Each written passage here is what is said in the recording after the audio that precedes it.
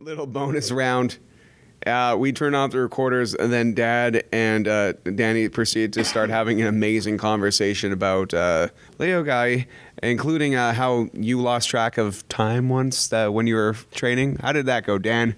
Well, I was with Tuhon Gaje one time in the Los Angeles area, and we just finished training. And so after dinner, we went to start training at 6. We kept on training, and then we went from 6 to 12, and we get training. And before you know it, I heard these birds chirping.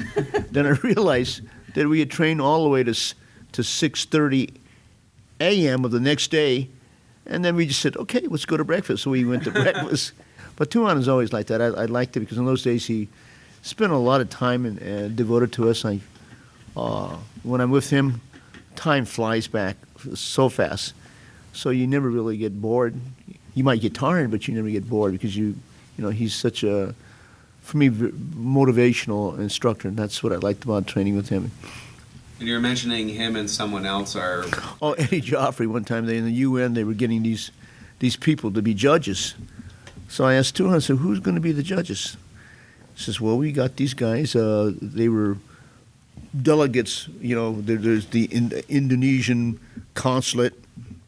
So he said, make sure that the Filipino consulates send at least 6, or, they were giving the number. And Eddie Joffrey told him, says, you better make sure that the Indonesian consulate sends 8, because they're sending 8 too. So, of course, the Indonesian consulate and the Filipino consulate, I don't know how he did it. He got the Indonesian consulate and the Filipino consulate to send like 6 different people for the tournament.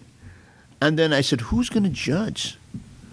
And I said that to Tuhon, and I said, they will. But I said, Tuhon, do they know anything about the stick fighting? Are they going to be the judges?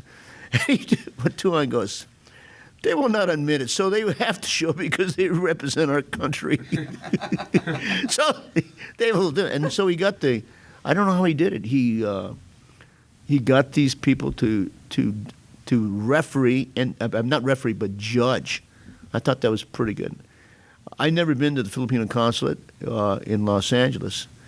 And I remember one time Tuhon goes, we're going to go to the consulate. Have you ever been? I said, no, I've never been to the Filipino consulate.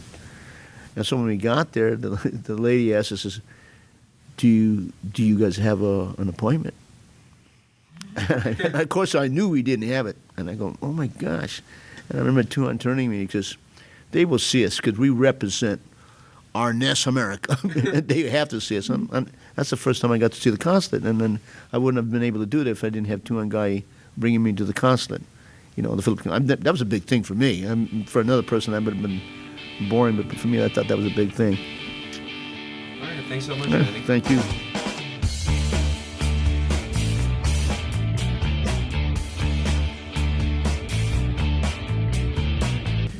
Isn't that amazing? I don't remember.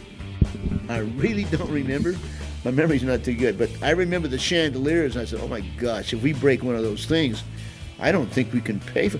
How did Tuhon Gaje get the Grand Ole Opera to do our tournament? I mean, that's expensive. Rednecks pronounce it as Opry for what it's worth. Grand Ole Opry. The Grand Ole Opry.